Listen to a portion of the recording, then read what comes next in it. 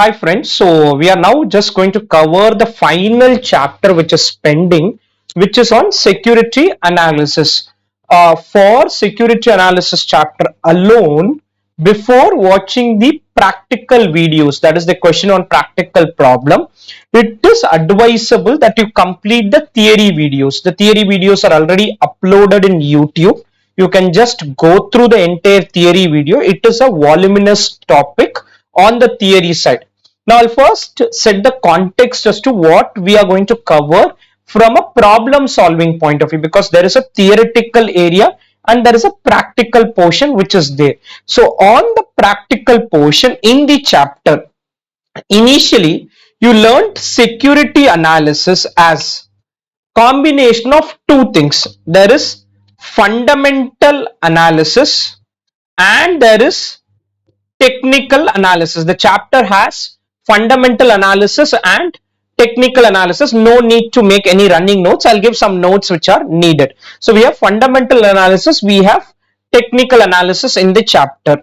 In fundamental analysis, I do not cover any practical problem in this chapter, because what is fundamental analysis is analyzing the various ratios, business growth, all that is covered in security valuation topic, where when we are trying to value the security, we value it on the basis of fundamental factors. Whatever fundamental factors are there, we consider them and then value a company.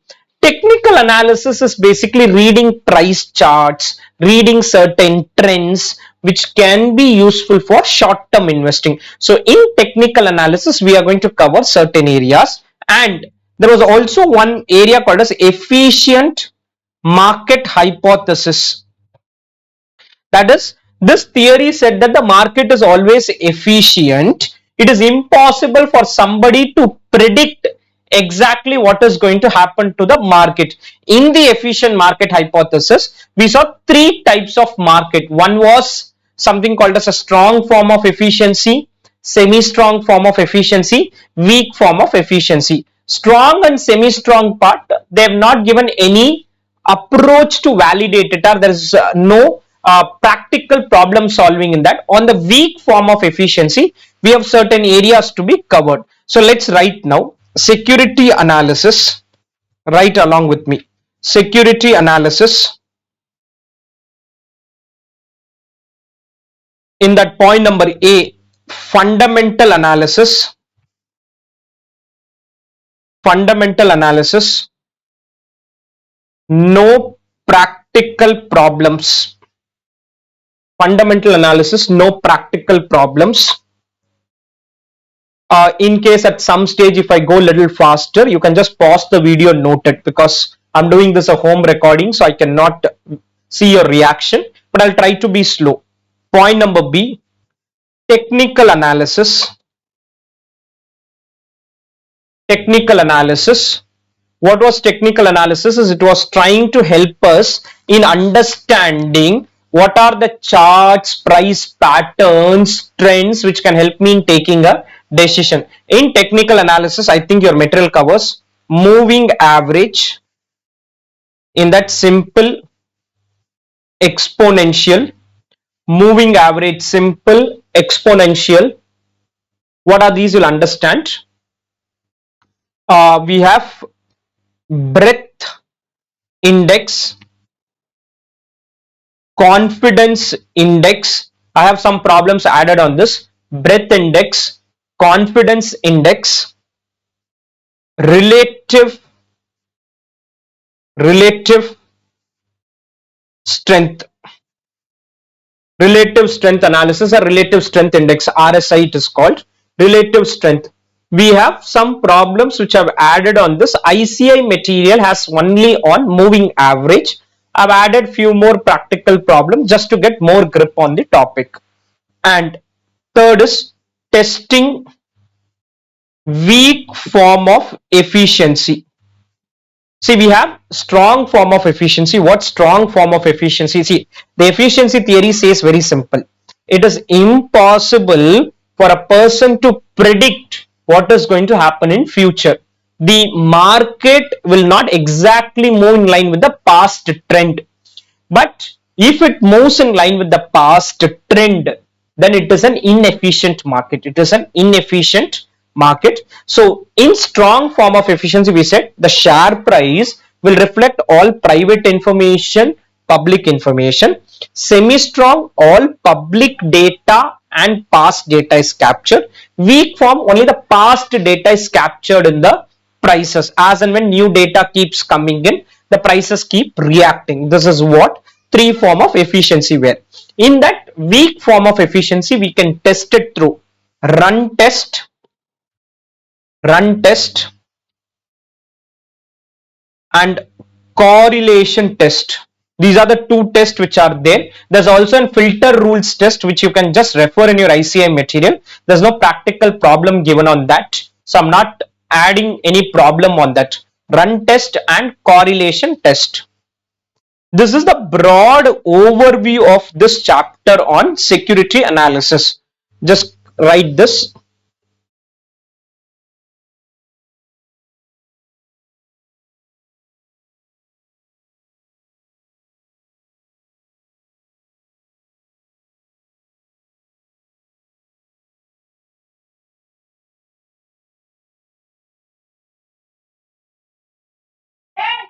Okay, first we'll start with testing the efficiency through run test. Run test. Now I'll first set the context as to what we are trying to do in run test. So what we do in run test is,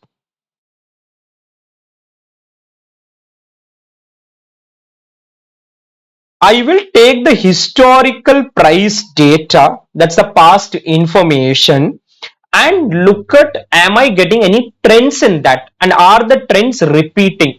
If you get any trend and it is repeating in future, then market is not efficient. Market is not efficient. For example, last 10 days Sensex movement, first day plus, second day minus, plus, minus, plus, minus, plus, minus, plus, minus. This is what has happened in the last 10 days. This is not a good scenario to be in, because what this indicates is first day it will be plus, second day it will be minus. So I can say 11th day is going to be plus, 12th day minus, 13th day plus. If I am able to predict like this, then it is an inefficient market. Plus, minus, plus, or continuous plus 5 days and then continuous minus 5 days. This is also a problem. This is also a problem. Continuous up, continuous down, or up down happening like this. There should be random. What is random? Plus, minus, minus, plus, minus, plus, plus, plus, minus, minus, minus. You are not able to find any trend. When you are not getting any trend, plus minus indicates the increase or decrease in price. When you are able to find a trend in price movements, then it indicates some trouble. Then it indicates some trouble. So ideal situation, we should not be able to find any trends, any trend. Every time a price changes, the sign, that is plus becoming minus, minus. So this is called R1, run 1. Minus is run 2. Then this is run 3. Every time sign changes. All this put together is run 1. All this put together is run 2. Whenever there is a change in sign, it is called a run. Whenever there is a change, you started with plus, the first run, till it continues to be plus, it is run. For example, here R1, this is R2, this is R3, R4, R5, R6. Moment a change in sign happens, moment a change in sign happens, that is called a run. That is called a run. So you start with run 1, go on till this. You will have to find out how many runs are there. 2 high runs, that is, for example, here 10 runs are there, and here 2 runs are there. 2 high runs and too few runs. Too high as well as too few, both are problem.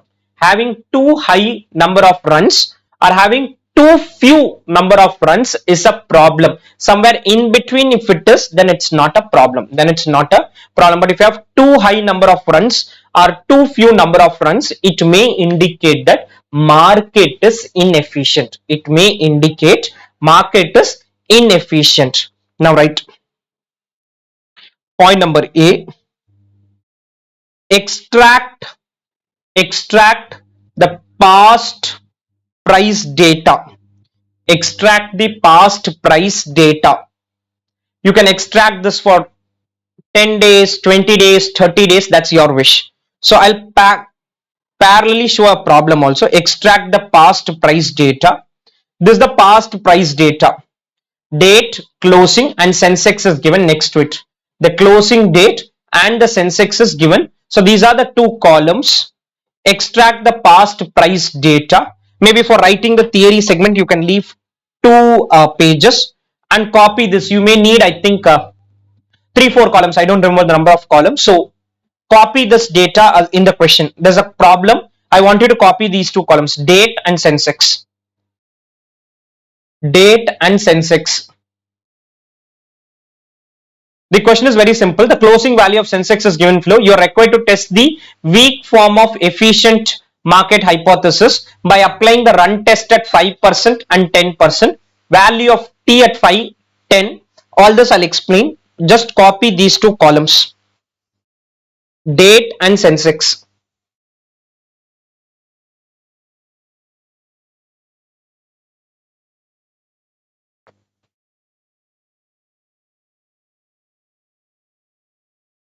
Date, Sensex, copy two columns. Whatever data is given, I think it will be a number of observation. I remember it to be 20. So 20 observations you'll have to write.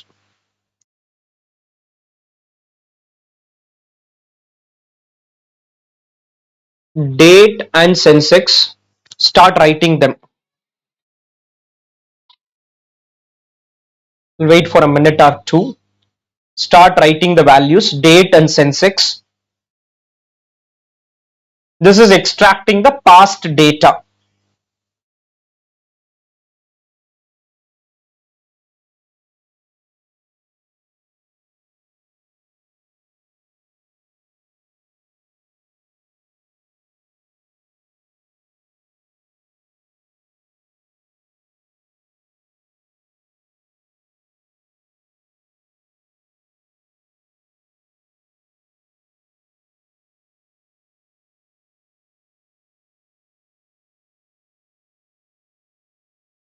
Start writing them.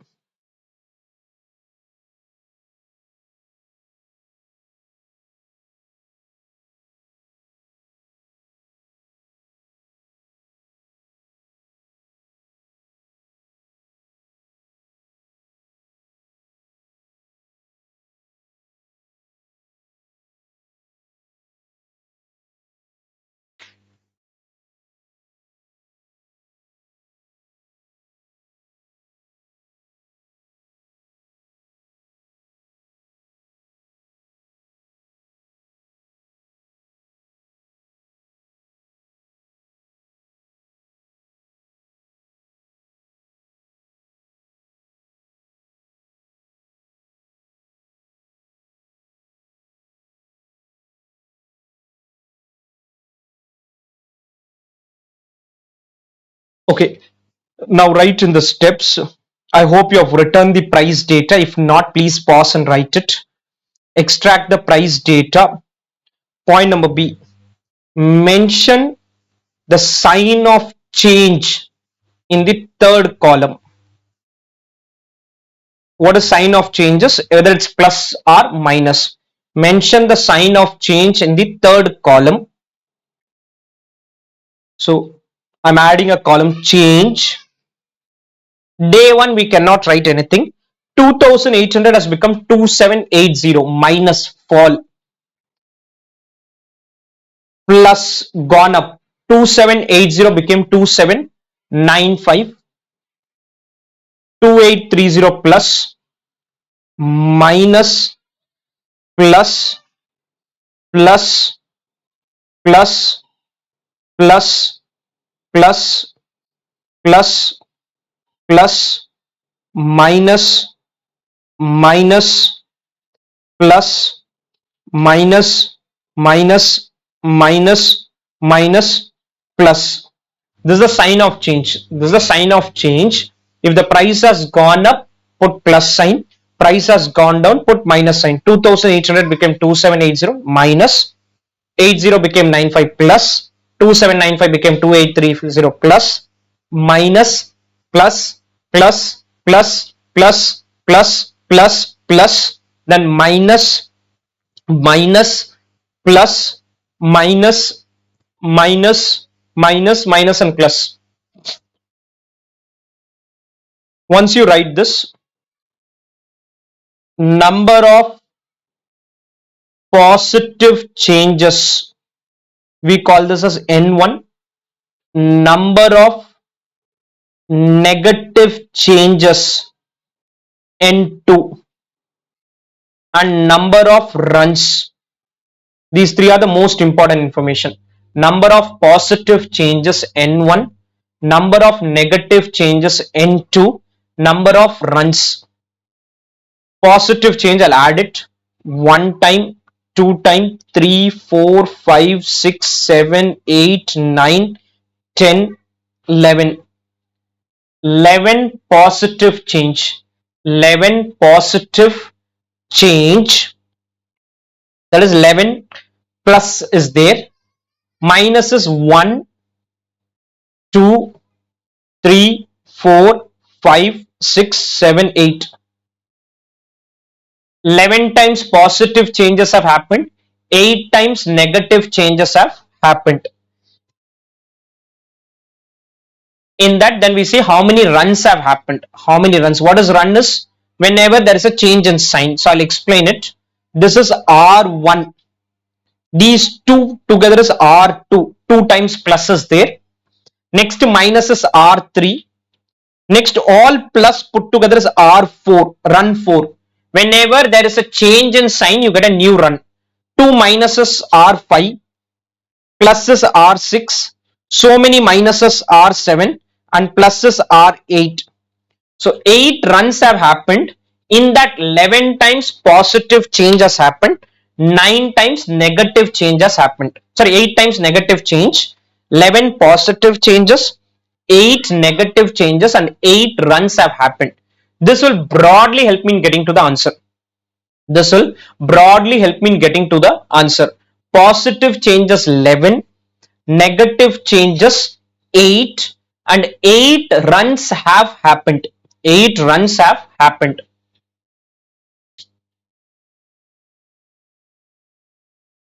Positive changes 11, negative changes 8, and number of runs is 8. Let me know if there are doubts here.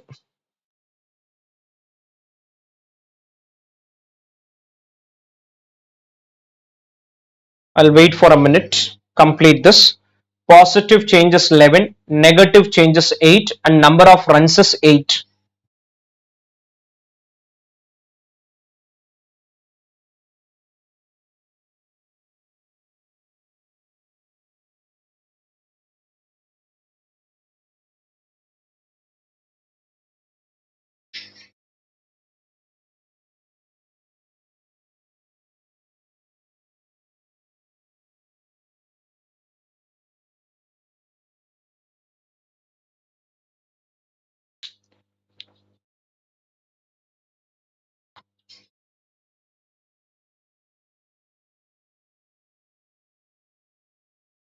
Okay. So point number C, compute number of positive changes in bracket n1, comma, number of negative changes n2, and number of runs. Number of positive changes n1, negative changes n2, and number of runs. Number of runs.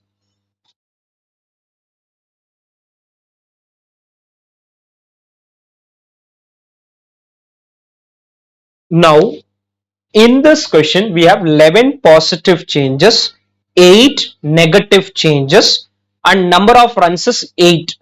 Assuming it's 11 and 8 and you get only 2 runs, that is 11 times continuous positive, 8 times continuous negative, it may not be a good market to be in. It may not be a good market because you can predict 11 times positive happened, 8 times negative happened, 8 times negative happened, but the number of runs were only 2. The number of runs were only 2. If the number of runs were only 2, it may indicate an inefficient market or positive, negative, positive, negative, positive, negative. So this kept on happening like this and 19 runs have happened. That may also not be good.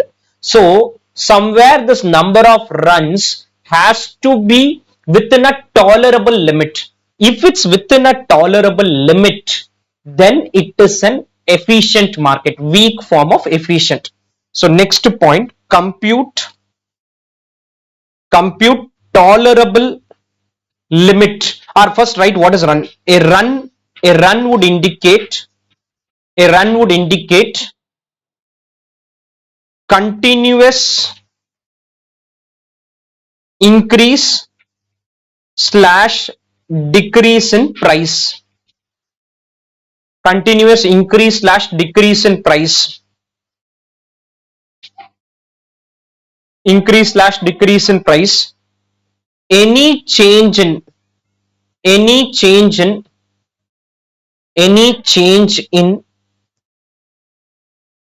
sign of price change. Any change means plus becoming minus, minus. Any change in sign of price change would indicate a new run. Would indicate a new run.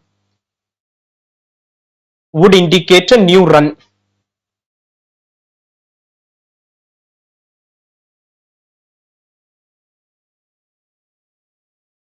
Compute the tolerable limit. Compute the tolerable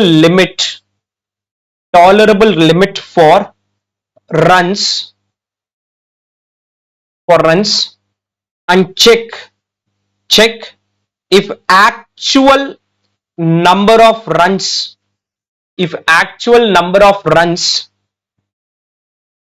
is within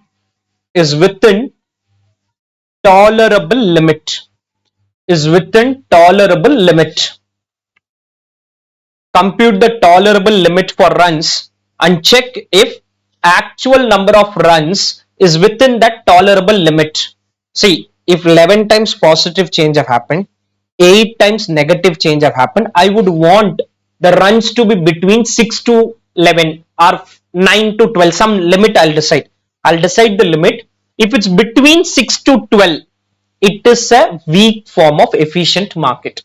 That is, it is an efficient market. Weak form of efficiency will only be there. It is an efficient market. In case it is beyond 6 and 12, that is only 5 runs have happened or 13 runs have happened, then it is a negative efficiency. How to get to tolerable limit? I'll explain. If actual runs is within tolerable limit, then market exhibits weak form of efficiency. Weak does not mean bad, okay? Weak does not mean it is bad. Weak form of efficiency means market is still efficient. Efficient means you cannot predict what is going to happen in future. Conversely, if it is outside the limit,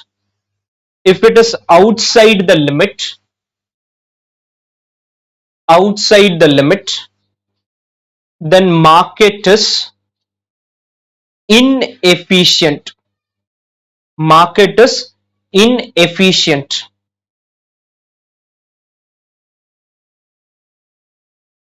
This is a broad thing we are trying to do. Now the only thing is how to get tolerable limit. Before I get to this question, let me show you certain numbers. I have done this analysis, so just to explain how things are going to work. So this is what has happened in this question, okay? What has happened in this question is 11 8. Let's not worry much about what is there in the table. Let's just understand first what we are going to do. Assuming 9 positive changes have happened and 0 negative changes have happened, then obvious requirement is only one run will be there. Only one run will be there. Average is called how many runs should be there. This average will have a standard deviation based on which we calculate an upper limit and a lower limit. I'll come to the calculation. If you have 19 positive changes and 0 negative change, I expect that one run should be there. 18 positive, 1 negative. I expect that we should have 2.89 runs. I expect we should have 2.89 runs. How is this 2.89 calculated? We'll understand in some time. When you have 11 positive and 8 negative, I expect that we should have 10.26 runs. We should have 10.26, and that's the average. Average expectation is we should have 10.26. On this, there is some standard deviation. I'll explain as we proceed. I'll start explaining. But 11 positive changes and 8 negative changes would indicate that the number of runs should be around 10.26. This goes on like this, depending on the number of positive and negative. 19 positive, 0 negative, I expect one run will be there. 18 positive, 1 negative, 2.89 runs. 17 positive, 2 negative, 4.58 runs. 16 positive, 3 negative, 6 points. This many runs should be there for the price change data you have given. Now, how do I calculate this? There is a formula. I will try to explain some logic of the formula. Basic thing is depending on the number of positive and negative changes, depending on number of positive and the negative changes, which is you multiply them. You multiply the number of positive and the negative change. You multiply them, divide by the summation of the two numbers. Divide by summation of the two numbers or adding of two numbers. For example, 2 into 19 into 0 divided by 19 plus 0. This is the calculation. 2n1 n2 divided by n1 plus n2 and ultimately add 1. Why we are adding 1 is every time the first run starts, whether it's a plus sign or a minus sign, we calculate it as 1. So for example, if you do 2 into 19 into 0 divided by 19 plus 0, you'll get 0. You'll get 0, but add 1 to it. Add 1 to it. That is, if you have 19 positive changes, 0 negative change, you expect that number of runs will be 1. Number of runs will be 1. 2 into 18 into 1 divided by 18 plus 1. Divided by 18 plus 1, which is 1.89, add 1. Similarly, 2 into 11 into 8. 2 into 11 into 8. n1 n2 divided by 19. Divided by 19 plus 1. Plus 1. I should have 10.26 runs. I should have 10.26 runs. So in the theory segment, we do this calculation later. In the theory segment, write tolerable limit computation. Tolerable limit computation. Tolerable limit computation. Compute average mean. Compute average mean or compute mean. What average? It's compute mean, sorry. Compute mean. I'll give the formula. Your mean formula is 2n1 n2 divided by n1 plus n2 plus 1. This is technically like that beta computation when we were doing, when we did beta computation, you are multiplying the two numbers x and y. So 2n1 n2 divided by n1 plus n2 plus 1. This is the mean. Leave the theory segment for the time being. In this problem, below the table, mean equal to 2 into 11 into 8 divided by 11 plus 8 plus 1 plus 1 2 into 11 into 8 divided by 11 plus 8 plus 1 separate addition. The number which we get is 9.26 plus 1. That is, I should get 10.26 runs, but getting exactly 10.26 is not possible. That is why we put a tolerable limit. We put a tolerable limit. 10.26 runs getting exactly is not possible. I can have somewhat lower, somewhat higher. Getting exactly 10.26 is not logical, because how do I get exact 10.26? I've got 8 runs. Now you cannot say market is inefficient just because I got 8 and we wanted 10.26 runs. Getting exact 10.26 is not possible itself. If you get 11 also, you will say inefficient. So 10.26 is average. Then we have to calculate standard deviation, and then standard deviation upside, standard deviation downside. That is, you add it on the upside, you add it on the downside and get a tolerable limit with certain adjustments. Now for standard deviation, ICI material has given a very complex formula. 2n1 n2 multiplied with 2n1 n2 minus n1 minus n2 divide by n1 plus n2 the whole square divide into n1 plus n2 minus 1. I've tried going through this. I used to tell students to remember this, but I found an alternate formula for this. I will just give you the formula. You can apply that formula and then we'll get the same standard deviation which is going to come here. This is a very complex formula. What is the alternate formula? You see the alternate formula. I've written it here. There's an alternate formula. Variance is equal to mean minus 1 into mean minus 2. Variance is the formula for variance. So you can write standard deviation formula. Right? Standard deviation is equal to mean minus 1,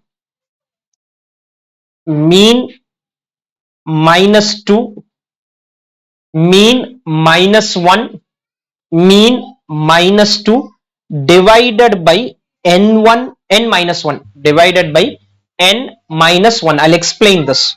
Mean minus 1, mean minus 2 divided by n minus 1. Whenever we calculate standard deviation, this concept is not there in your entire ICI material, but this is covered in CFA. Whenever you do your standard deviation computation, we first found out how much is the variation happening, sigma PD square. That's the formula we were using. Otherwise, without probability also, we have a formula which is sigma deviation square. We don't attach probability. This deviation square can be divided by two numbers. It can be divided by n, or it can be divided by n minus 1. It can be divided by n, or it can be divided by n minus 1. You would have learned about this maybe in standard deviation in max. You can divide your calculation of standard deviation when you do divide by n or n minus 1. We divide by n. We divide by n when you have, we divide by, sorry, God. Okay, I divide by n if I have the entire,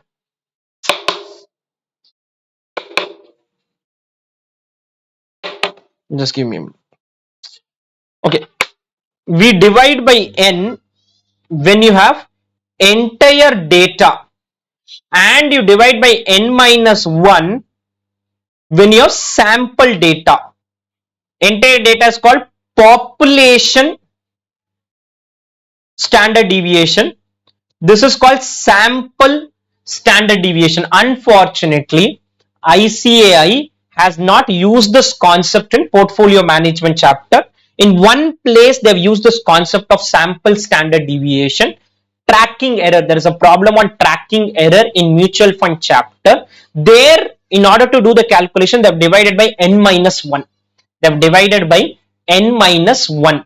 N minus 1 is always the preferred approach when you have sample data. Reason is there can be a biasness. What is biasness? Is when you are selecting the data, you have not selected a very high, for example, I have Nifty data for last 20 years.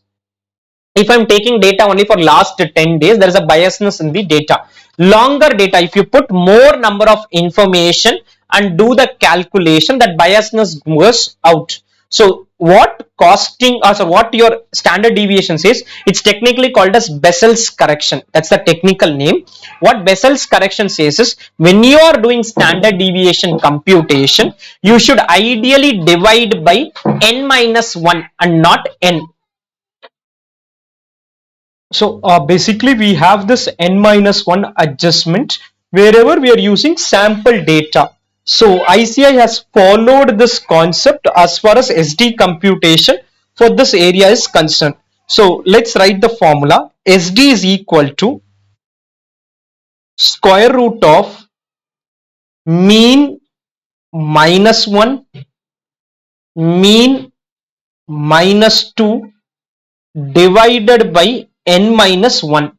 This is going to replace that lengthy formula which is there. So in your material, you can replace the lengthy formula with this. This is what ICI has given, but I feel this is easier to do. Mean minus 1, mean minus 2, n minus 1. For example, 10.26 minus 1. So square root of 9.26, 8.26. N is the number of observations. N is 11 plus 8, 19 observations. 20 observations were there. In that one you have to remove because there the sign of change was not there. So divided by 19 minus 1 and take a square root. 2.06. 2.06 is the standard deviation. The mean number of runs is 10.26. The standard deviation of runs is 2.06.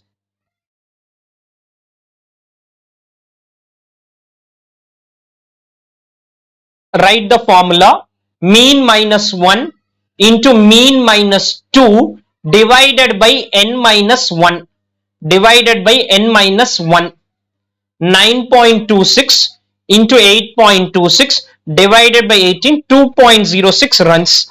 Still there is one more adjustment to be done.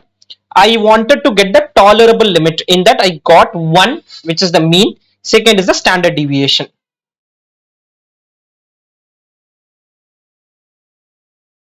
So compute mean. Point number B, compute standard deviation. You can write the formula. Mean formula was 2n1 n2 divided by n1 plus n2 plus 1. Standard deviation, very simple formula I have given. ICI material has a very lengthy formula. Mean minus 1 into mean minus 2 divided by n minus 1. Upper limit is equal to mean plus standard deviation into something. What is that into something? I'll explain. Lower limit is equal to mean minus standard deviation into something. What is that something? We'll see. Upper limit is 10.26 plus 2.06. Lower limit is 10.26 minus 2.06. Upper is 10.26 plus 2.06 into something. Lower limit is 10.26 minus 2.06 into something. That will give you what is the upper number of runs and lower number of runs, and if we are within that limit, market exhibits efficiency. If we are outside the limit, market does not exhibit efficiency. If you see in this calculation, I have followed the formula which ICI has given. This is a lengthy formula which I don't remember. Then there's a denominator for that lengthy formula and you get 2.06. Simple formula we have done is mean minus 1, mean minus 2 divided by n minus 1.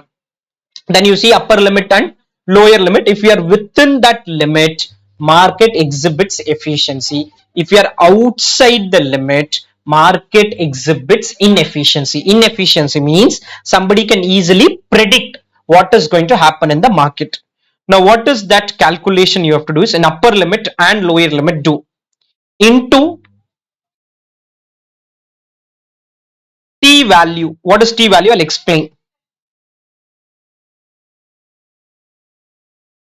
t value, upper limit into t value, lower limit also into t value. I'll then come to this problem which we are doing, or you can write one more thing, just this one more point you can write in the theory segment. T value is to be T value is to be computed for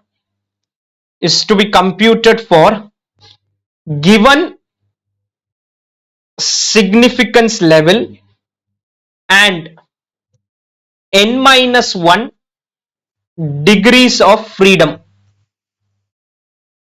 Just write this alone.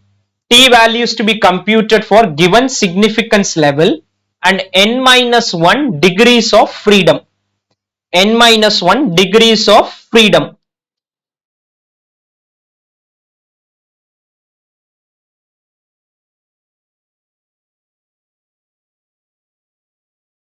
Okay, now coming to this question, they have asked us to calculate this doing a 5% level of significance and 10% level of significance. This is a concept which is there in t-test. T-test is something to check. There is something called as a null hypothesis and an alternate hypothesis. Not sure if you have gone through statistics, maybe in BCom or somewhere you could have seen this. What is null hypothesis and alternate hypothesis? Null hypothesis, I have saying that, for example, I am saying market is efficient, that is null hypothesis. Alternate is market is inefficient. So we are testing that hypothesis using either a 5% level of significance or a 10%. What is 5%? Is tolerable error limit. That is, I am okay with a 5% error, I am okay with a 10% error. Whatever conclusion I am making, I say market is efficient. 5% mistake is possible in that conclusion, 95% true it is.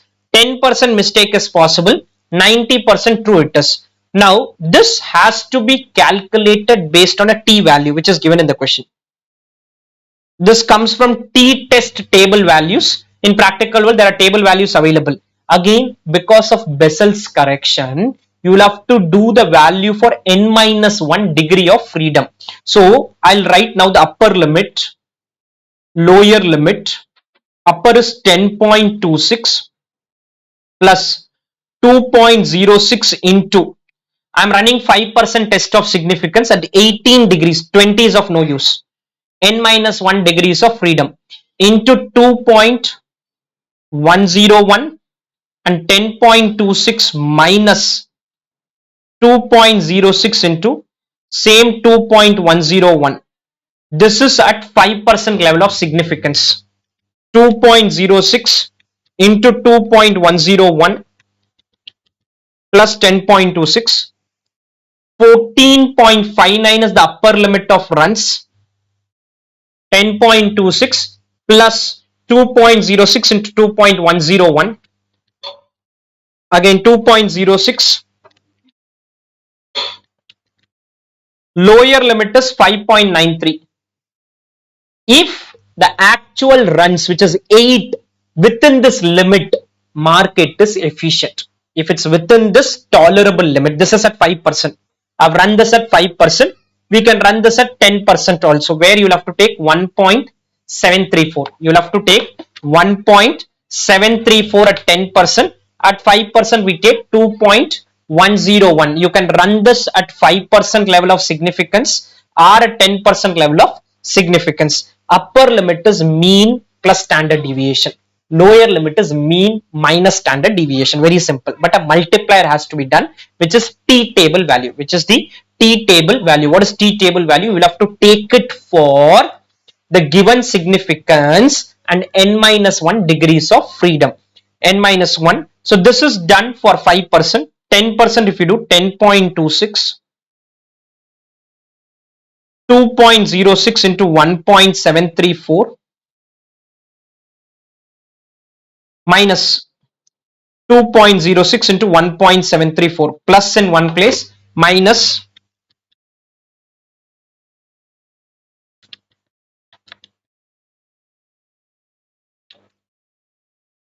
13.83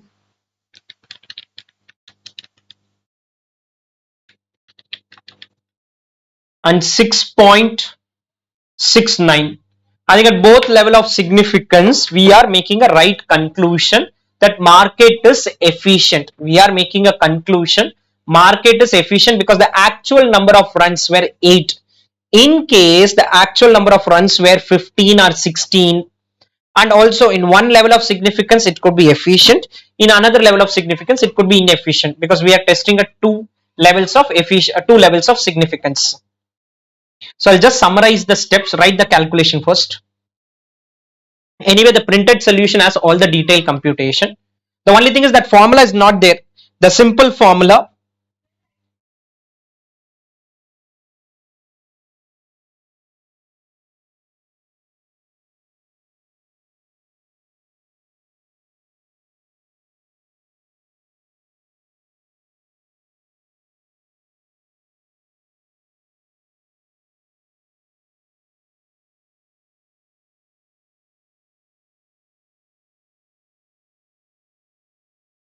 the formula for standard deviation is mean minus 1 into mean minus 2 divided by n minus 1. That's the variance. Take a square root. That's a simple formula for standard deviation. So market exhibits weak form of efficiency. Basically, market is efficient. Market is efficient. I'll maybe just summarize the steps again. Extract the past price data, mention the sign of change, compute positive changes, negative changes, and number of run. A run basically means continuous increase or decrease in price. Any change in the sign of price, it can be one time also, indicates a new run. You'll have to calculate the tolerable limit for runs. If you are within the tolerable limit, market exhibits efficiency. If you are outside the limit, market is inefficient. What is tolerable limit? Compute mean, compute standard deviation. Upper limit is mean plus standard deviation. Lower limit is mean minus standard deviation. In that, into t value we'll have to do. Into t value we'll have to do. Till this should be very simple. There's no technical jargon I've added. In that mean formula alone, if you remember, it will be good 2n1 n2 divided by n1 plus n2 plus 1 in the outer, and your standard deviation is square root of mean minus 1 into mean minus 2 divided by n minus 1. Clear? This takes care of the first one, run test. The first one for testing efficiency, we have two tests I have told you. One is your run test, which is covered. Second test we have is on something called as correlation test. And the third test we have is filter rules test, which I'm not going to cover in the class because there is no problem which is there. You can just refer the ICI theory for that. Any doubts on the run test part?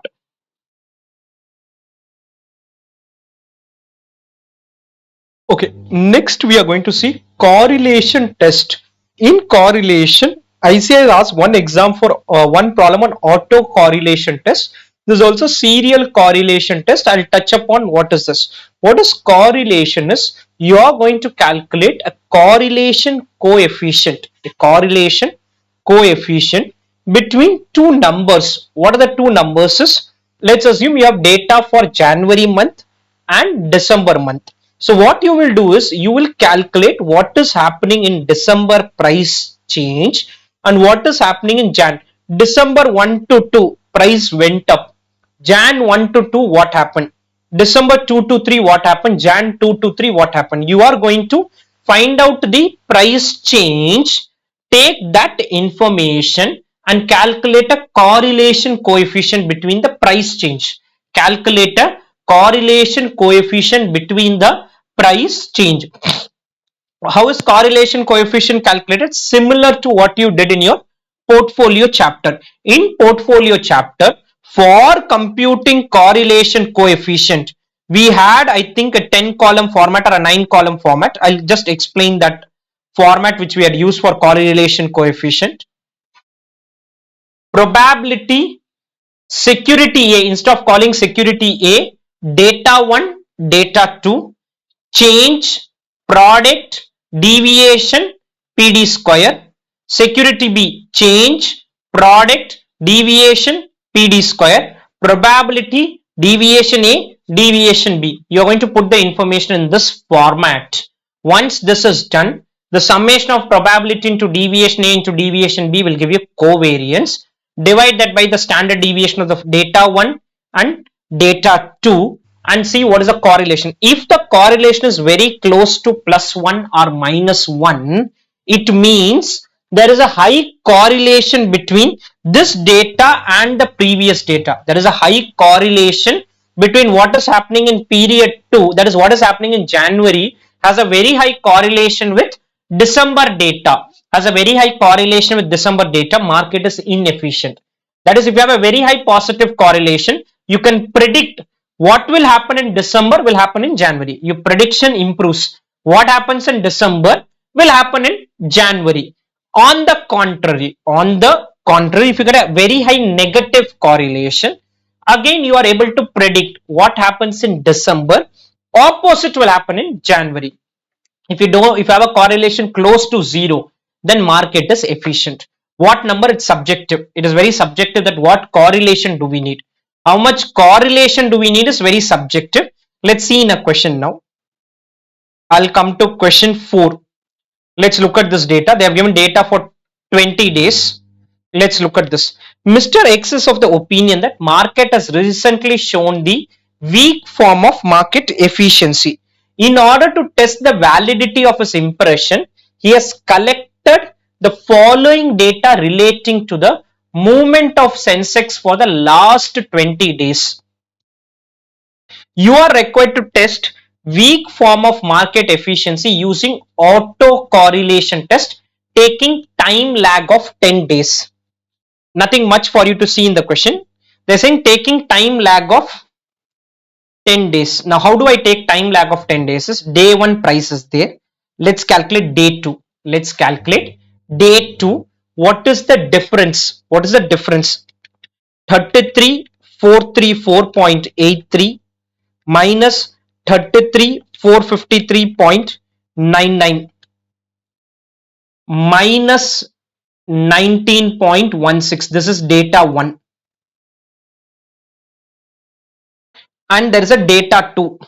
This is day 1 to 2 what happened. Similarly, day 11 to 12 what happened.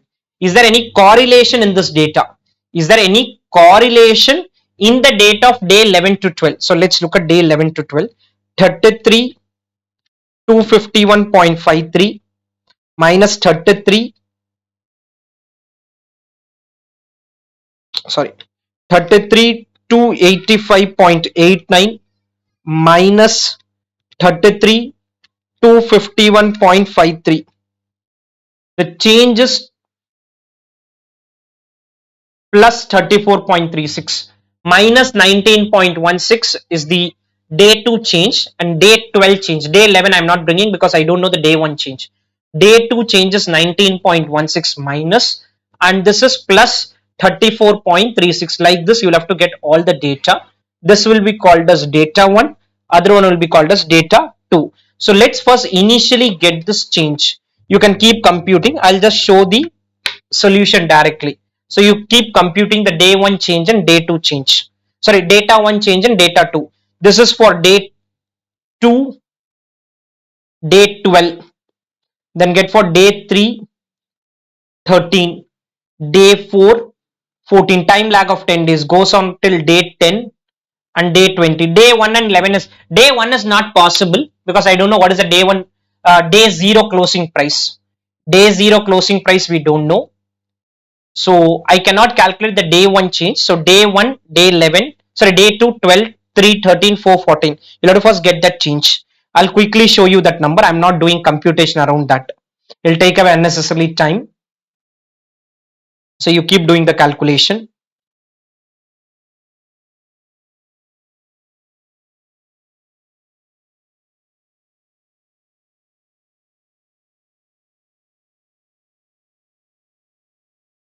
Keep doing the calculation on the change which has happened.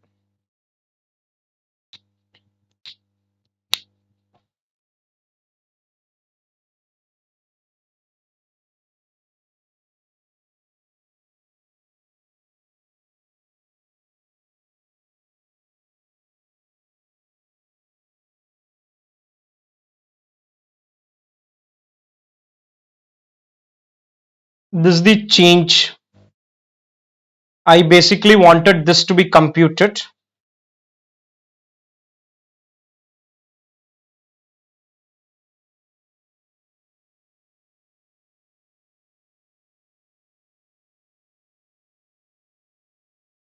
This is the data of change for every day. Once this is computed, we'll get the correlation data. Now, very simple.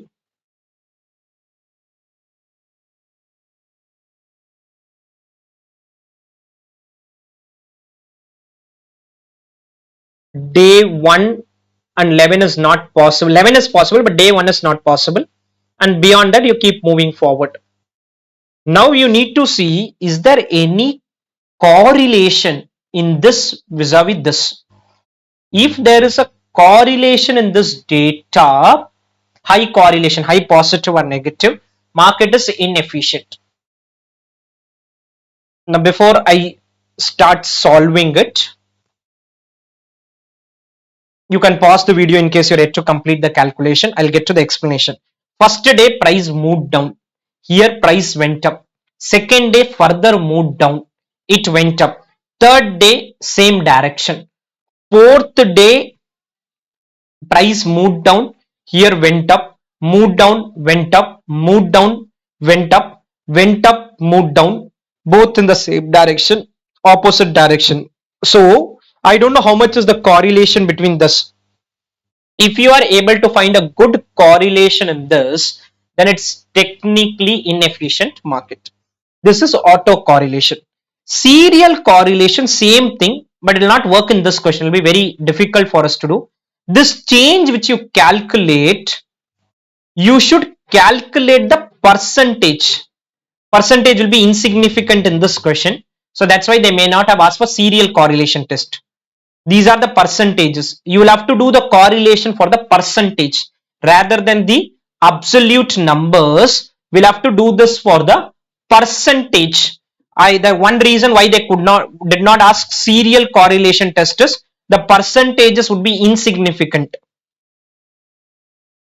You will have to use these percentages to do the calculation. That 9 column 10 column format which we had, probability data 1 return probability product we used to calculate, return is change here, return is change here. So change product deviation PD square, in that change absolute change can be used, percentage change can be used. Percentage unfortunately is very insignificant, minus 0.05, minus 0.0086. So it's very difficult. I can do it in Excel still. I can do that in Excel still. But in your case, when you do it in exam, the percentages are very insignificant. So let's do the correlation test now. Computation of correlation coefficient. Correlation coefficient. Probability. We are going to run this for 9 days. So probability technically is 1 by 9. We assume equal probability. So I'll keep it as point to avoid rounding of differences, 4 decimal.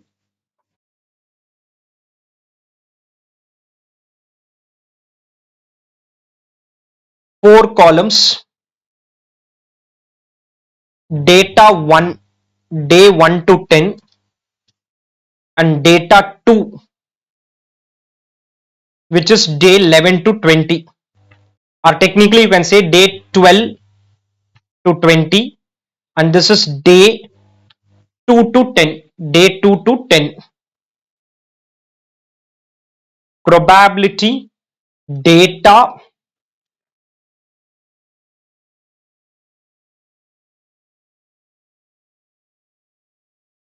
in the data we will have change product deviation PD square.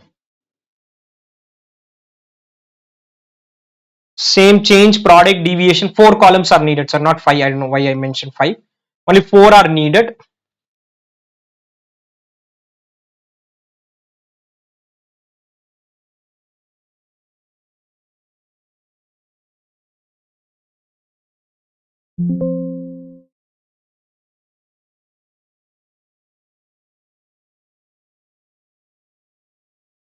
data 2. If there is any correlation in this data, high correlation, positive, negative, it's a problem. Market is inefficient. How much correlation? I don't know. We don't expect that it has to be here. Closer to zero, no correlation. Otherwise, there can be a positive or a negative correlation. So change, I'll copy the numbers.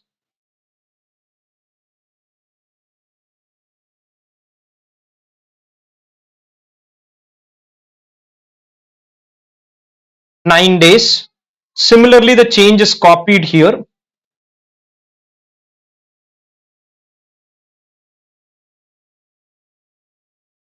You can understand this to be a portfolio management problem, and this is the return. This is the return.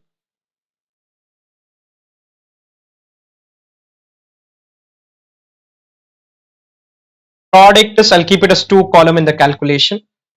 I can increase the number of decimal also. Product total.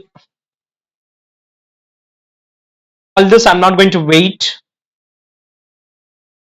You can just understand the calculation rather than copying the steps. Please be in listen mode. Product deviation is this minus the average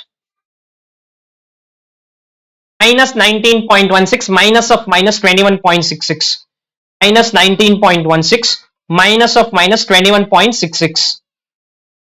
Probability into deviation into deviation. This is for the data 1. Similar steps you'll have to do it for data 2.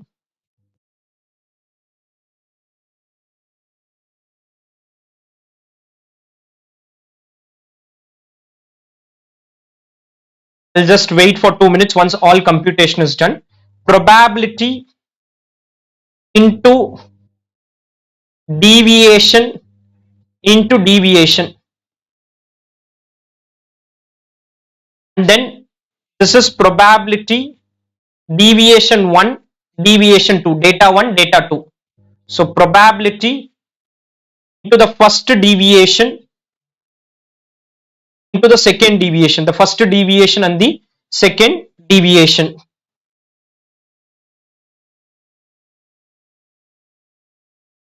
And we put a total.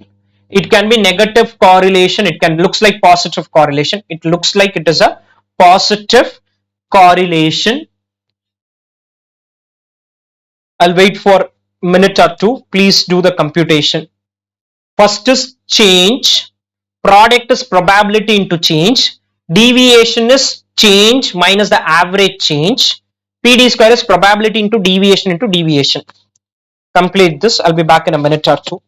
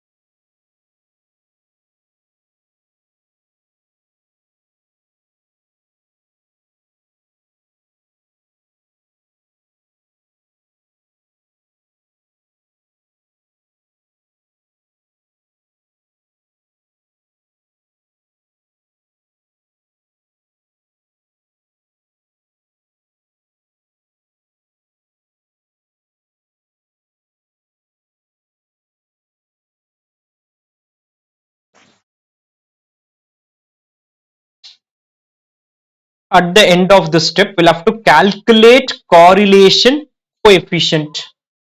How correlation coefficient is calculated, we have already seen in portfolio chapter. So that is why I am doing this after completing your portfolio chapter. So correlation is equal to correlation AB or data 1 data 2 is equal to covariance AB divided by standard deviation A, standard deviation B. Standard deviation is square root of this.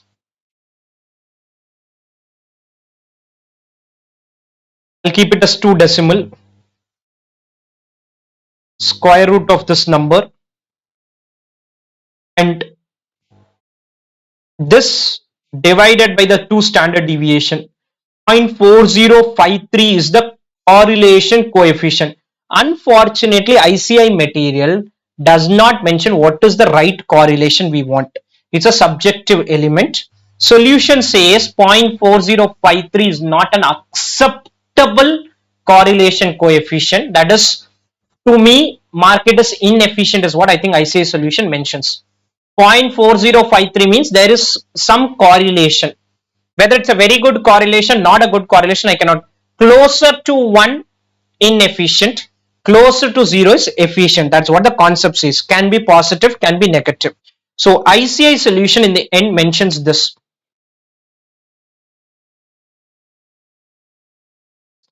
There is a moderate degree of correlation between the returns of two periods. Hence, it can be concluded that the market does not show weak form of efficiency, which means market is inefficient. Which means market is inefficient. That is what this theory went ahead and said. Market is inefficient is what the conclusion they made.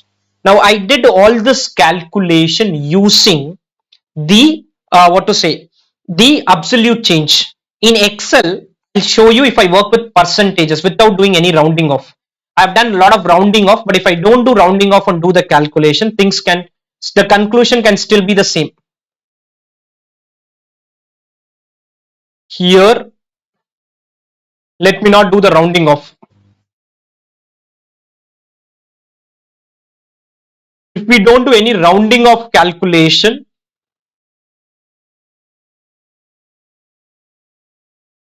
I said it's kind of very difficult to do this calculation because you see the numbers, insignificant kind of numbers are going to be there.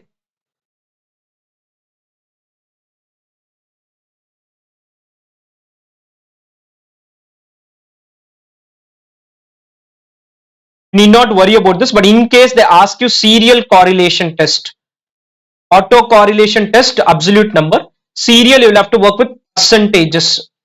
If at all they end up asking this,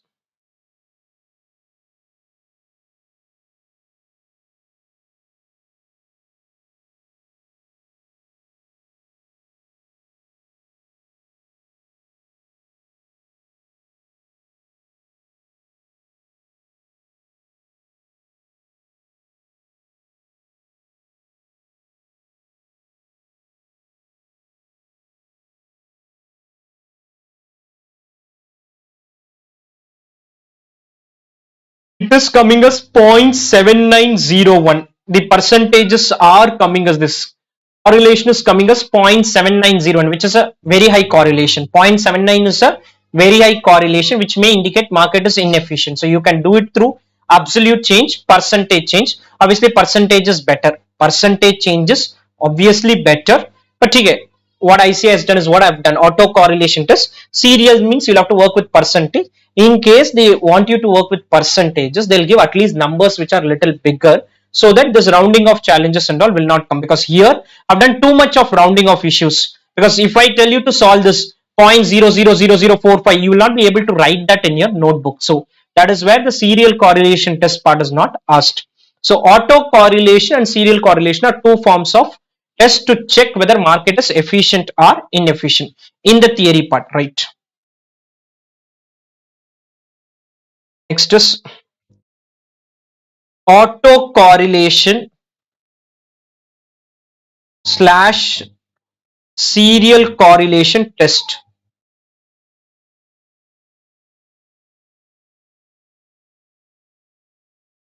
auto correlation slash serial correlation test.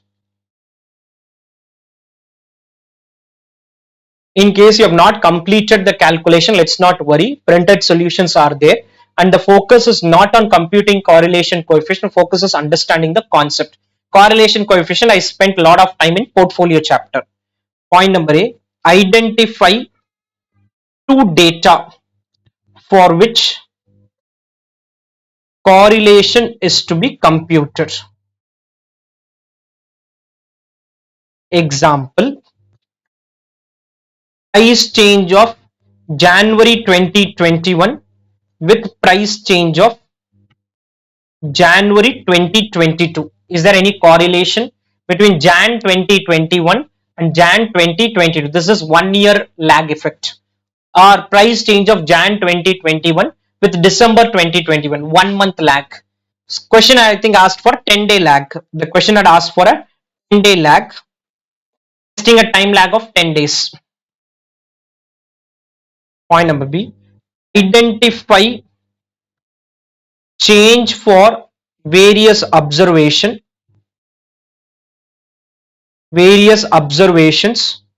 of data 1 and data 2. Identify change for various observations of data 1 and data 2.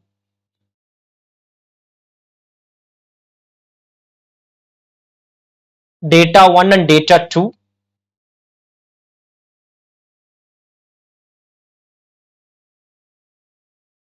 Absolute changes are considered in auto correlation test. Absolute changes are considered in auto correlation test, and percentage changes are considered in serial correlation test. Just give me a minute.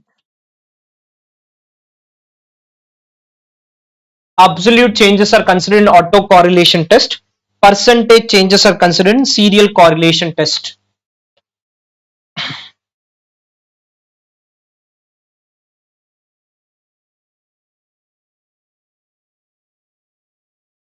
Point number D.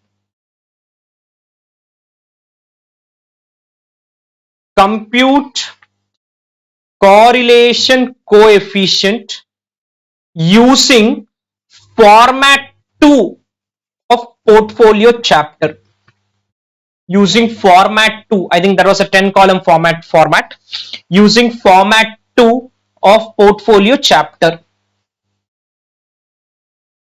Using format 2 of portfolio chapter.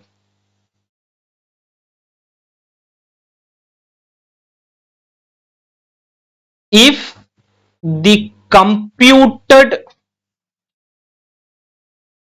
correlation coefficient is closer to +1 or -1. +1 means good correlation between the two data. -1 also means good correlation, but it's negative. In January, if prices are going up, Jan 2021, I'll say in Jan 22, prices will go down. I can correlate. If the computed is closer to +1 or -1, market is inefficient. Now ICI solution even 0.40 they've said inefficient. So this is a subjective. Market is inefficient. If the same is closer to 0, then market exhibits weak form of efficiency. Market exhibits weak form of efficiency. This is what the test says. Auto correlation test vis-a-vis the serial correlation test. Any doubts? This is the second test to check the market efficiency, weak form of efficiency. First one is a run test, second is a correlation test.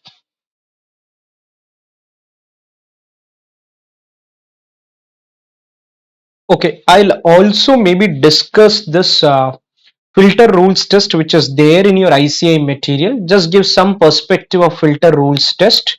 I have just see in the ICI material, it says what filter rules test says is if your price increases by some specified percentage, you can decide a percentage, buy the share, and from there hold it till the price decreases by at least n percentage from a subsequent high. So you bought at 100, went up to 110, 120, 130, 140, you keep on holding, but unless it falls by a specific percentage from that high, that time you sell it, again you buy it, again you sell it. This is one strategy. If this strategy outperforms a single buy and hold strategy, then market is inefficient. That is, you are buying when market goes up. If the price of a stock increases by n percentage, and hold it unless it decreases by n percentage. When the price decreases n percentage or more, sell it. If the behavior of stock price changes is random, filter rule should not apply in such a buy and hold strategy. You should not be able to apply this and get good returns. If you are generating better returns as compared to a single buy and hold strategy, market is kind of inefficient. That's the third thing which the theory talks about. There is a filter rule test, there is a run test, and a serial correlation test, or an auto correlation test. uh, so we have done with the efficiency discussion. So as I initially started with the theory part, I had mentioned that your chapter comprises of fundamental analysis, technical analysis, and testing weak form of efficiency. Now I'll come to the technical analysis, where we have, I think, 5 different questions. One on simple moving average, 2 questions I think I have on an exponential average, maybe one on breadth index, one on confidence index, and one on relative strength. So let's cover that aspect. I'll first talk about moving average. Now, what is moving average is very simple.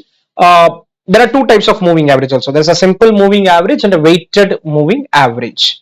Okay, let's assume in a room there are 10 people. There are 10 people in a room, and the average income of 10 people is 50,000 per month. Now, what happens is, in case one person goes out and another person comes in, this average will keep changing. The average will undergo a change if from in the room one person goes out and another person comes in. So the average can increase, can decrease. So next, once one change happened, the average income became 51,000. Another change happened, the average income became 48,000. This will keep happening the same way for the stock market. The average price of last 10 days is 50. Once one more day gets over, the average price will change. Moving average, the average will keep changing. If you do a simple average of the historical data, it is a simple moving average which is done. But we also can do weighted moving average, which is called exponential moving average. I'll touch upon how exponential moving average works as we proceed. Let's just see first a very simple question on this area of simple moving average, where you can have 3-day moving average, 5-day moving average, 10-day moving average, 50-day moving average, 100-day moving average, 200 days. I've seen in the practical world people even going to 200 days daily moving averages. I had one problem which is added in your material. Question 5, which is on moving average. Compute 5-day moving average from the following data. Day 1 price, from day 1 till day 15 the prices have been given. For doing a 5-day moving average, I'll have to put the total of the 5 days. So day 1 to day 5, 74, 62, 77, 46, 40. The total is 299. Average divided by 5, 59.8. Then day 1 to I could not do the calculation because I have to wait for at least 5 days. Then 62 plus 77 plus 46 plus 40 plus 59, 284 divided by 5, 56.8. This can keep going on like this. You will have to keep calculating this. This is a very easy way of doing it. This is simple moving average, or no weights are not attached here.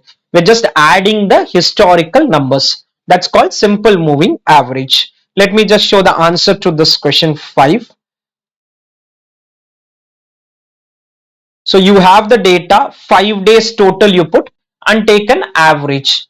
How do you use this information? This can be used to decide a buy or a sell signal. How that happens, I'll explain in some other question.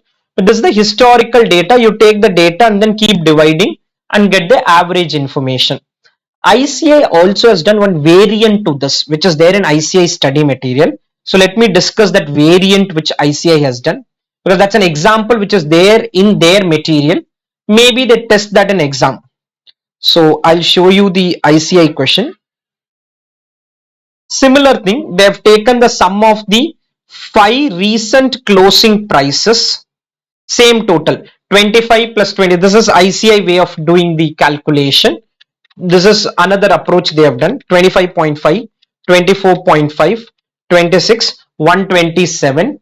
Then the next one, 26 plus 25.5, 24.5, 26, 26. So this is a 5-day total. This is also 5-day total. Day 1 to day 5 is considered here. Day 2 to day 6. You are adding these 5 days and 5 days and making a 10-day average. 2 item centered total, because it's a 10-day total divided by 10. In this 10 days, day 1 was considered once, day 2, 3, 4, 5 has been considered twice, and day 6 is considered once. This is another way of doing the calculation. For example, moving average is calculated by considering the most recent observation for which the closing price of stock on 10 succeeding days are taken into account. 5-day moving average on daily closing prices. So they have done it this way. I have done some Google search about it. I have felt, or what I read, that normally what is followed is the last 5 days data, last 10 days, and you do a simple total and then do an average. But this is ICI approach, where they've taken day 1 to day 5 one total, day 2 to day 6 one total, put a total of that divided by 10. This is on moving average. Now, based on moving average, these signals will come. I have talked about these signals in the theory part. When I did the theory explanation, I've talked about this, but I'll show it in a graph. I'll now move to exponential moving average, which has been tested multiple times in exam.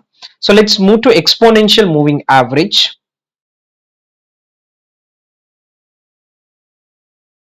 Let's come to question 3, but I'll give you some notes on exponential moving average first. So let's write some notes on moving average also. Moving average, simple moving average, simple moving average,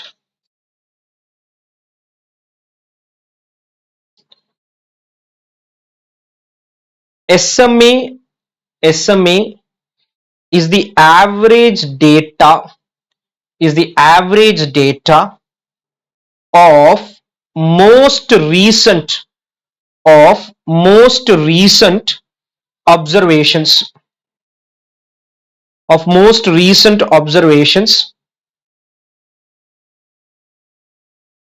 5-day SMA, 5-day SMA is the average price.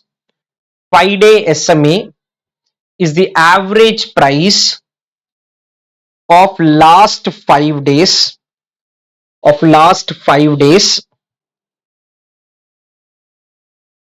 whereas 10-day SMA, 10-day SMA is the average price of last 10 days.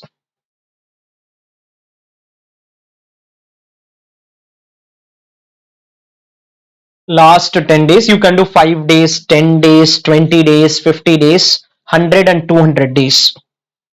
Point number C, equal weightage is given to all observations in SMA. That is, you just put a normal total of everything and then calculate it. You do not give any extra weightage to anything. Just put a total of all historical information and then compute it. You give equal weightage to all observations. That is on simple moving average. How is this used to analyze the price pattern or buy and sell signal? We have seen in the theory part. I'll explain when I do an exponential moving average problem with the chart. EMA, exponential moving average. Exponential moving average, EMA.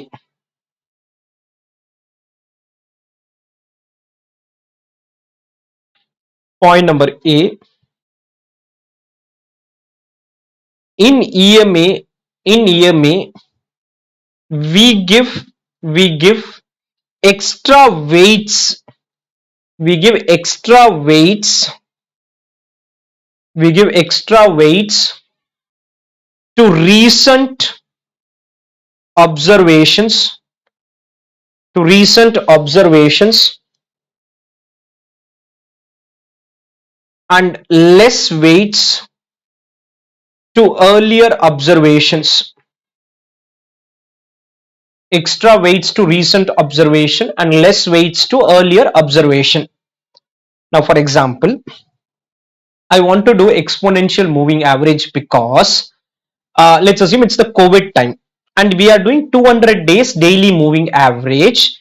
In that, the last 1 month market got impacted significantly because of COVID. The 200-day average may not show this impact itself because you are giving equal weights to every information, whereas the recent market movement has been very tough. Markets have crashed significantly. So can I give more weights to this? So for that purpose, there is a formula to compute EMA. I'll come to the theory part again. I'll give you the formula, but let me explain the logical route and then I come to the formula. So let's look at few questions first. Let's come to question 2. Closing values of BSE Sensex from 6th to 17th day of the month of January of the year 2000 were as follows. Day, date, Sensex value. Calculate EMA of Sensex during the period. The 30-day simple moving average can be assumed as 15,000. Value of exponent is 0.062. Give detailed analysis on the basis of your calculation. Let's see how EMA is computed first. So for EMA to start with, I need an opening exponential moving average value. Opening exponential moving average value, and this exponential moving average value will keep changing on a daily basis.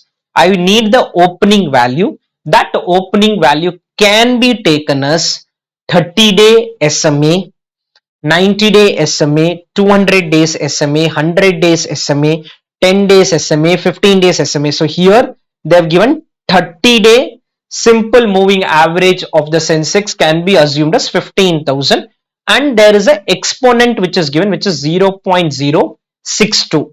I'll come to the formula everything in some time. So last EMA is 15,000. Today the Sensex is at 14,522. Now what this approach says is you will have to if 30-day data is there, this becomes 31st day data, and I can take an average, or I remove the first data of the last year, that is the last month, and take this new data and take an average. But it says no simple average concept. We'll have to calculate exponential moving average. This is given a weight of 0.062. This is given a weight of 0.062. Whatever exponent is there, there's a formula to calculate exponent also. There's a formula to calculate exponent also. When you're doing the calculation for the next period, it is given a weight of 0.062. This is given a weight of 1 minus this exponent. 1 minus 0.062.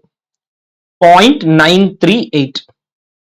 Normally, in a 30-day average calculation, Every observation will have a weight of 0.033, but here I'm giving weight of 0.06 to the recent observation. This will be the new EMA, weighted average of this. So I'll give a table approach to do the calculation, but this is the concept. The EMA will keep changing on a daily basis. The weight for the recent observation is 0.062. The previous EMA has a weight of balance. So 15,000 into 0.938, which is 14,070, plus 14,522 into 0.062, 900.36. Let me keep it as 2 decimal. Put together, the EMA now is 14,970.36. I'll give formula and all in some time. The new EMA is 14,970.36. What we do is we take the last EMA. So let's write this EMA calculation for day 1. I'll give table approach in some time, formula in some time. EMA calculation for day 1. Previous EMA 15,000. Previous EMA 15,000. Weight equal to 1 minus 0.062, whatever was the exponent. 1 minus 0.062, 0.938. New price 14,522.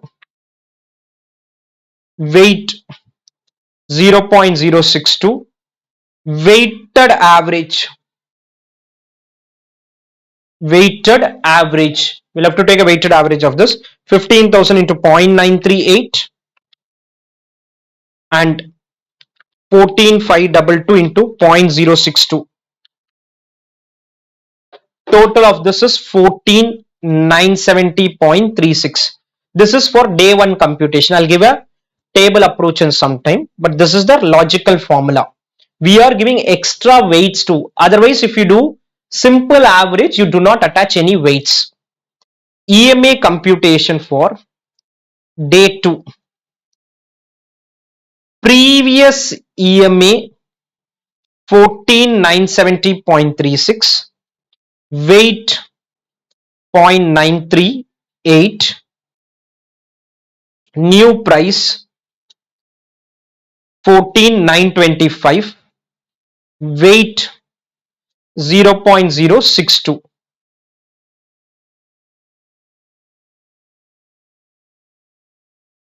And weighted averages 14,970.36 into 0.938 plus 14,925 into 0.062. It is 14,967.55. This average will keep changing as we get new data. As we get new information, we'll keep seeing changes in this number.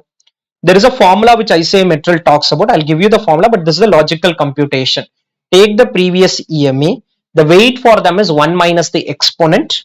New price, whose weight is exponent, take a weighted average. Now, how do we do the calculation is, you can follow this formula. EMA of previous day plus or minus EMA adjustment. Plus or minus EMA adjustment. How you calculate this EMA adjustment? Whatever is the exponent we had into value as per step 1. Into value as per step 1. I don't want you to remember the formula. You can try to do the logical way also. That is, do calculation on everyday basis or do this approach which is there. Now, I'll show a table approach to get to the answer. Let's start. Day, value. We may need more columns. Let's first write the data given. Day 1 14,522. Day 2 14,925. Day 5, only days on which trading has happened, 15,222. Day 6 16,000. Day 7 16,400. Day 8 17,000. day 12, 18,000, or you can number it as 1, 2, 3, 4, 5, 6 also, doesn't really matter. This is the data. Previous EMA, we started with 15,000. We started with 15,000. Difference, previous EMA 15,000. Difference is how much is the gap between the previous EMA and the current data. Minus 478. Minus 478. One approach is to do weighted average like it is done here, or you apply the table approach. EMA adjustment, 2 decimal, I'll keep it, this into the exponent 0.062. 0.062. New EMA is old EMA plus or minus this adjustment, 14,970.36. 14,970.36.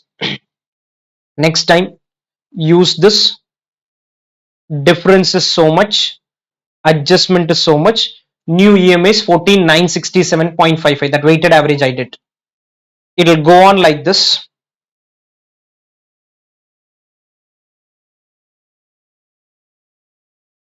So you will keep calculating like this.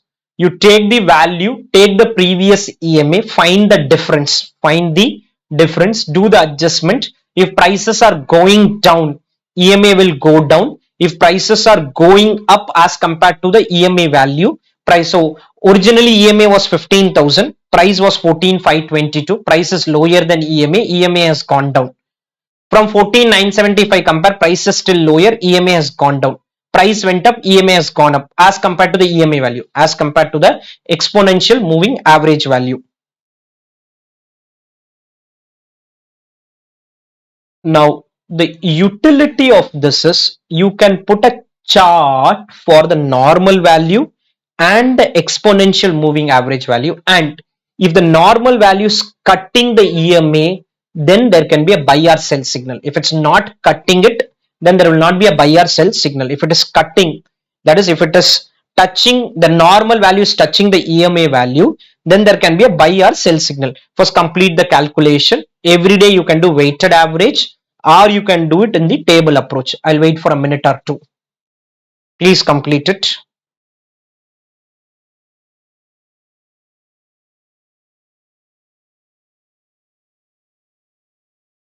You can message me in case there are doubts.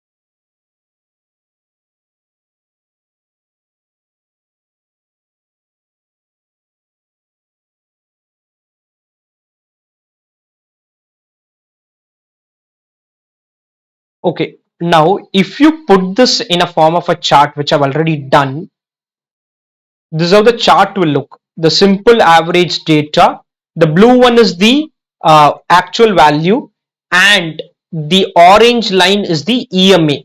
Whenever the blue line cuts the EMA line from the bottom, it is a buy signal. It is a buy signal. Whenever the blue line, which is the actual value, cuts the EMA value from bottom, then it is technically a buy signal. And if it cuts from the top, that is, if it cuts from here and moves like this, then it is a sell signal. So here there is a buy signal which is getting generated, and when it started moving up beyond, it has started going up beyond, there is a signal which has come, which indicates that ideally people should go ahead and buy. People should go ahead and buy this security or invest in stock market. When it is cutting from the down, it is a buy signal. When it's cutting from the top, it is a sell signal. That is what EMA is all about. If it's sometimes it will cut from the top and then starts further going up.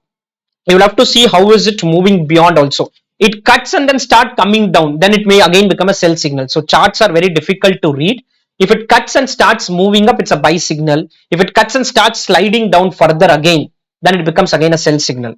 It becomes a sell signal. So you'll have to see how is it. If both are not interacting with each other, then there is no signal. Then there is no signal, which you will see in the next question. Let's look at the next question. Similar question. There's only one difference in this question, and because of it, some of the students struggled in the exam. First, go through the question.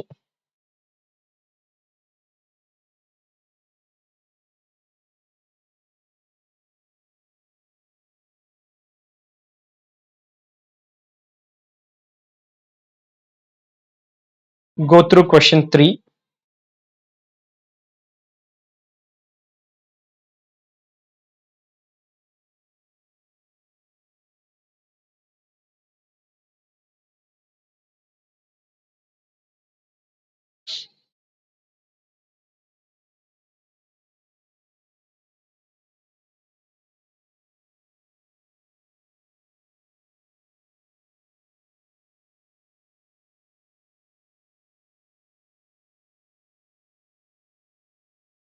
Okay, it's again a question on EMA.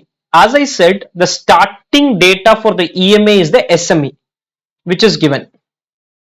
The only thing is they have not given the value of exponent. There's a formula for value of exponent. That is how much weights do you want to give to the recent observation, which is 2 by n plus 1. N means the, if you are doing 15-day EMA, 15 plus 1. If you are doing 30-day EMA, 30 plus 1. And if you are doing 200 days EMA, 200 plus 1. Basically, it should ideally be 1 by n. If you do 1 by n, you are giving equal weightage. 1 by n means equal weightage for every observation. That is simple moving average.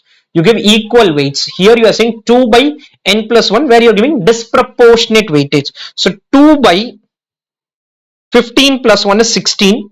The exponent is 0.125. Same thing, 17,626 will be given a weight of 0.125. Past data will be given a weight of 0.875, and then you do the calculation. Similarly, your EMA will change. You will have to keep doing that calculation. The recent observation will have a weight of 0.125. The past EMA will have a weight of 1 minus this number. So let's capture this information first.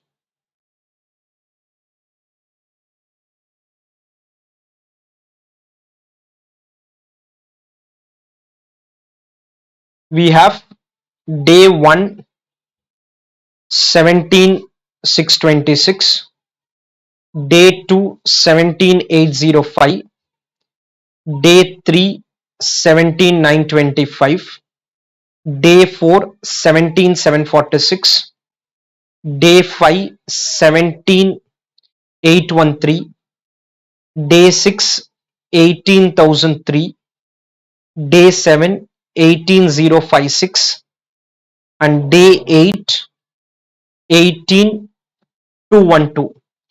We are starting with 17,174. That's the starting part. That's the starting part. Our value of exponent is 2 by n. N means the number of days observation. N plus 1. 2 by n plus 1. That's the value of exponent. 2 by n plus 1. 2 by 15 plus 1, which is 16. So adjustment is into 0.125. And you'll keep getting the new EMA value based on the old EMA value. You keep doing the adjustments and you'll keep getting the new EMA values. We started with 17,174. We got 17,230. Then 17,230, difference is this much. You attach the weightage of 0.125. You will have keep seeing changes here. Again, in exam, if possible, try to put a chart. The chart will tell you whether there is a buy or a sell signal, because question says analyze the buy and sell signal based on your calculation. We have done the EMA part. If graph you draw, you will be in a position to decide whether there is a buy or a sell signal. Without the graph, it is slightly difficult for you to analyze. So if I put a graph for this, The graph is like this. Here, if you see in this, in the graph, there is no interaction between the Sensex and the EMA. There's no interaction between the actual blue line and the orange, which is basically your EMA line. There is no interaction between these two lines. When there is no interaction between the two lines, there is no buy or sell signal. Ideally, I think I can change it as, let's keep it as day 1, 2, 3, 4, 5, 6, 7, 8. This will be a better graph. The graph is better this way. It's every 1 day observation. This is just a 1 day observation. Your EMA is continuously moving up. SMA is the normal price has gone down few days, gone up few days. All changes have happened, but both have not interacted, both have not touched each other. If they don't touch each other, there's no buy or sell signal which is coming out of it. No buy or sell signal coming out of it. Let's not worry much about the calculation part. In the calculation, as I said, you can either do the logical way. Logical way is this: take the old data, that is a weightage of 1 minus the exponent. The latest data has the weight of the exponent, and you do the calculation, or you do this EMA adjustment. I'll give theory notes now. Point number B: weight of latest observation is exponent value.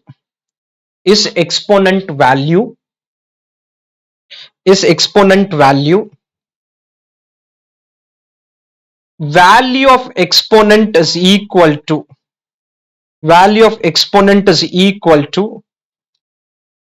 2 by n plus 1.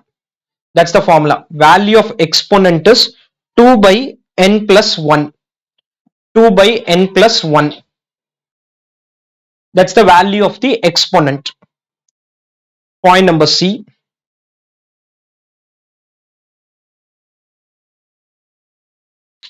EMA is equal to previous day EMA into 1 minus exponent weighted average plus latest value into exponent.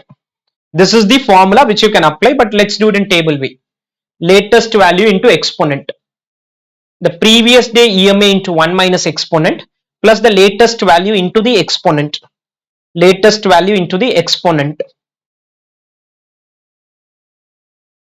Or you can say new EMA is equal to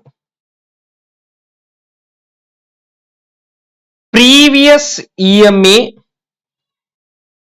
plus or minus EMA adjustment. Whatever is the previous EMA plus or minus the EMA adjustment. That's another way of doing it. And EMA adjustment is equal to value of exponent into today value minus previous EMA value. Today value minus previous EMA value. That will give you the EMA adjustment number. That's going to throw away the EMA adjustment number. I hope this is clear. If there are doubts, you can just message me on this. With this, the EMA part gets over. It can give you buy or sell signal that is covered in the theory. But basic thing is, if it's cutting from the down, it is a buy signal. If it's cutting from the top, it is a sell signal. If both are not interacting, there is no buy or sell signal. I'm not giving theory notes for that because that's there in the theory material, which is covered in the theory video as well. Okay, let's move to the last few more indicators which are there. We have covered the efficient market hypothesis part. In the technical indicators, the main one was moving average, which simple moving average and exponential moving average is covered. I've added few more questions on others. They're going to be self-explanatory, but still let's discuss. Compute breadth index and interpret the same. What is breadth index? Is the net advances or declines divided by the number of securities traded in the market. net advances are declined divided by the number of security. So in this case advances are more, so net advances is 100. Unchanged does not mean trading has not happened. Trading could have happened, but the value did not change. So 100 divided by 900 is the breadth index, which is 11.11. It could be net advances, it could be net declines. Now, what is the utility of this breadth index is, we had this Dow theory where we had Dow Jones Industrial Averages and Dow Jones Transportation Averages. If, let's assume India's context, if Nifty is going up and breadth index is also positive, it means it is a technical strength. It means it's a technical strength. What is technical strength is, Nifty went up, the broad market, because Nifty consists of only 50 shares, whereas in India we have so many securities. If the broad market is positive breadth and Nifty is also going up, it is a technical strength. Otherwise it is a technical weakness.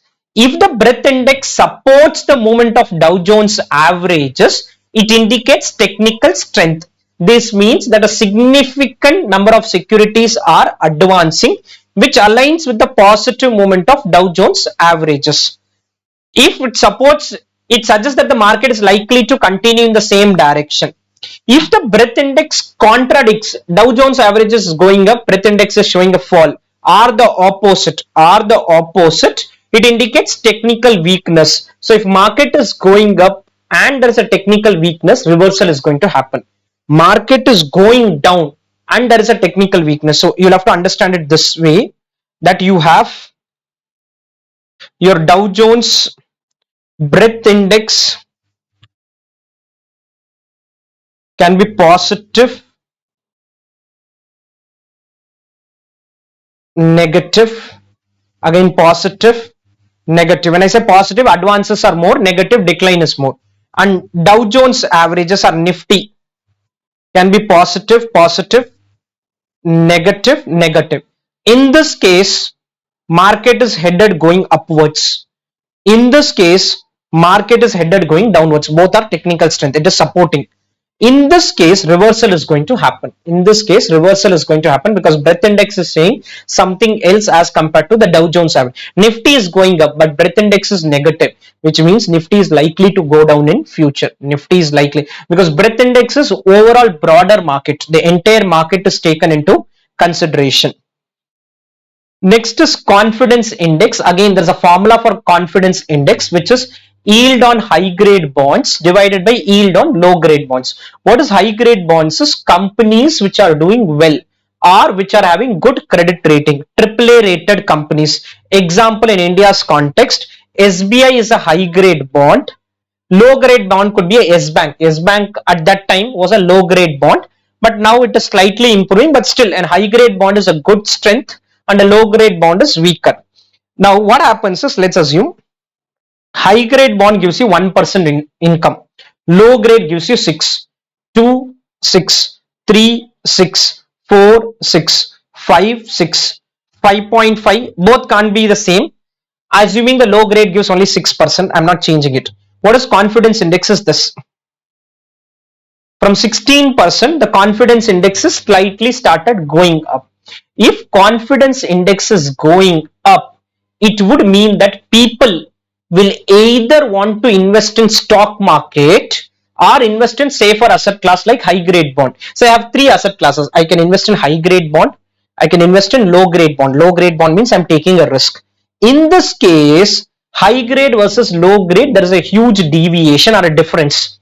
In this case, difference is not much. So if I want to earn more returns, I'll not invest in low grade bonds. I'll start investing in stock market.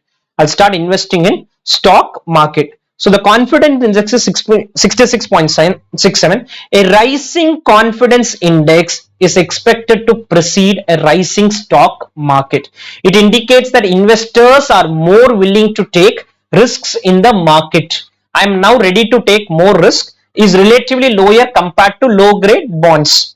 This suggests that investors have confidence. A fall in the confidence index is expected to precede a drop in stock prices. When there is a fall, you are now not that much interested in investing in stock market. You may try to go to the safer asset class or you may invest in the low grade bonds.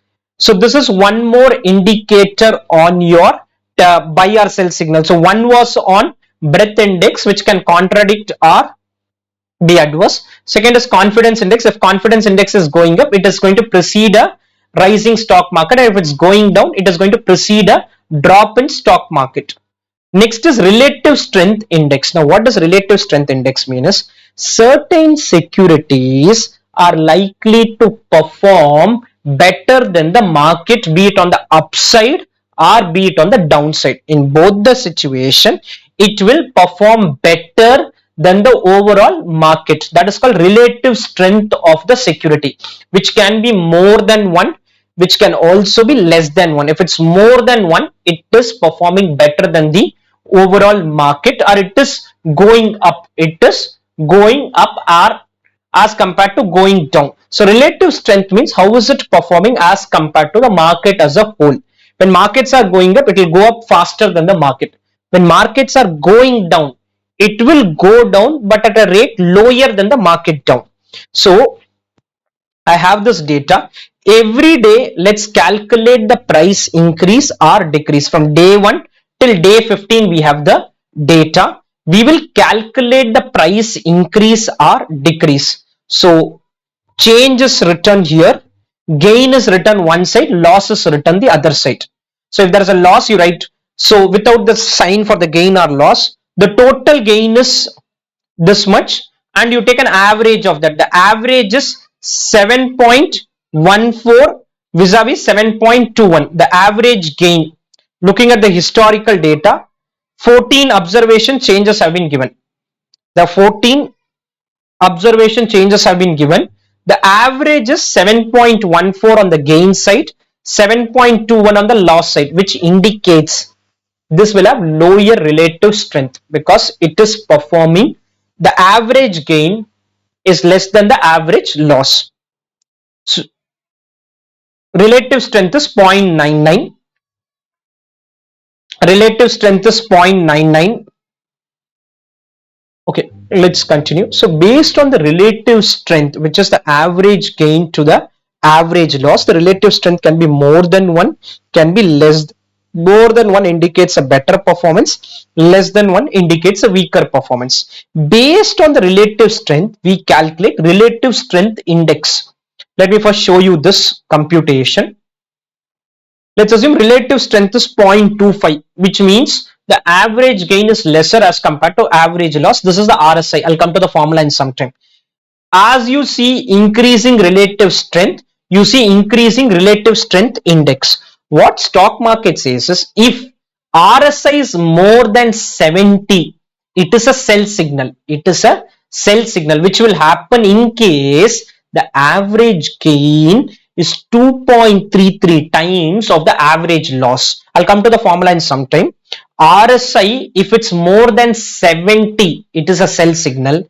Less than 30 is a buy signal. 30 to 70, there is no signal which is coming. There's no separate signal. Less than 30 is a buy signal. More than 70 is a sell signal. More than 70. How is it calculated? Based on the relative strength. Based on the relative strength. So you start with 100 as the base. 100 is the base relative strength of a security. 100 is the base. In this you deduct 100 divided by 1 plus the relative strength. This has to be subtracted. 100 divided by 1 plus the relative strength.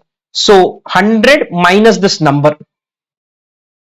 100 minus this number. This will end up giving you the RSI. As relative strength goes up, the RSI will start going up. As relative strength goes up, the RSI will start going up. If the RSI is between, with the values 70 considered overbought means you have reached a stage where you need to sell this now, indicates a reversal, and below indicates oversold, suggesting a potential upward movement. So 100 is the base RSI. In that subtract 100 divided by 1 plus RS, 1 plus the relative strength. So 100 divided by 100 minus 100 divided by 1.99, 49.75. This does not give me any signal. It does not give me a buy signal.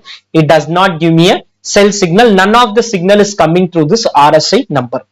Clear? So we have covered this area extensively. We started saying that there are three segments: fundamental analysis, technical analysis, and market hypothesis. Fundamental is not to be covered here. In market hypothesis, we have run test, we have autocorrelation test, serial correlation test, and filter rules test.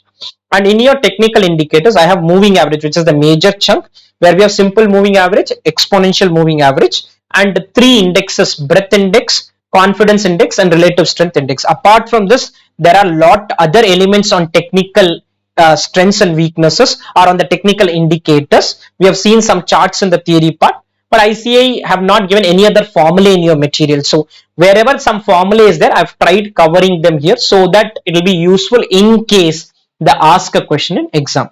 I end with this. With this, our entire syllabus gets over, starting from whatever chapters we started with security valuation, and then everything has got over.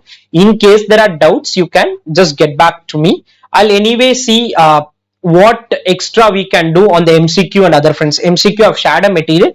If something else additionally to be done, I'll try to cover that. Thank you, friends.